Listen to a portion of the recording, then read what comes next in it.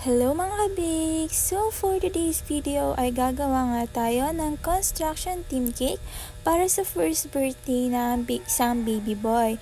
So ang cake base nitong ating cake is chocolate moist cake and the size nito is 7x3. So ayan, pinakita ko na sa inyo kung paano ako nag-start mag-cake. So naglalagay ako ng filling doon sa ating cake and of course nagka-crumb coat po tayo. So ayan mga ka-bakes, ang color nga nito is color yellow and napakadali lang pong gawin itong cake na ito. So bale, meron pong suggested design si client na pinasa sa akin which is gagayahin naman natin. So bale, itong cake na ito is order last March 28 pero ngayon ko lang siya may upload dahil super busy. So, ayan, magpa-final frosting na po tayo. And, ayan nga mga ka-bakes, bali itong umorder nito is, minsan na rin umorder sa akin. And last month, or noong January yata yun, is umorder din siya sa akin ng para sa Christine ng kanyang baby. And, ayan, thank you so much po sa lahat na sumusuporta sa aking small business.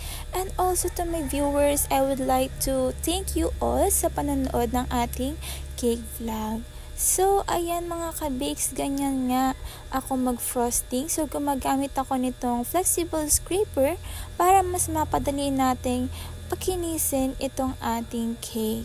So, ang gamit kong frosting dito is whipped frosting and ayan, plain lang siya. Wala na akong nilalagay na kung ano-ano dun sa ating frosting. So, ayan mga ka-bakes, para makaano tayo ng edge or sharp edge is kailangan ay dahan-dahan yung pakinis or pag natin doon sa ibabaw, and mas maganda kung ang gagamitin natin is yung medyo malaking flexible scraper. Pero since ito naman ay lalagyan ng melted chocolate sa ibabaw, yes, ayan, hindi ko na siya pinakagandahan. And ayan mga ka-bakes, nagprint lang din po ako ng toppers para dito.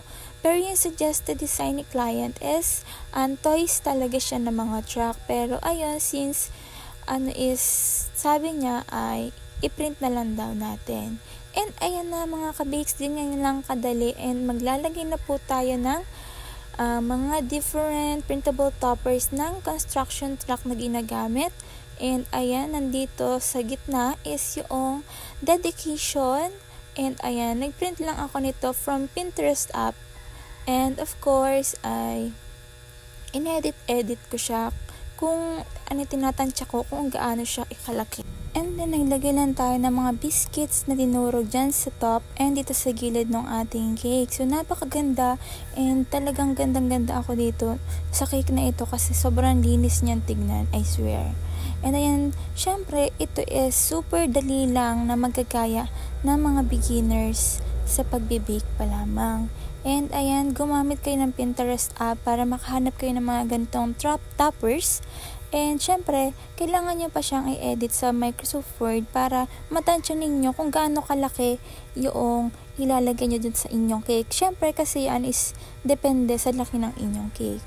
So, ito na nga mga ka-bakes ang ating construction team cake. So, happy first birthday Marcus Jaden.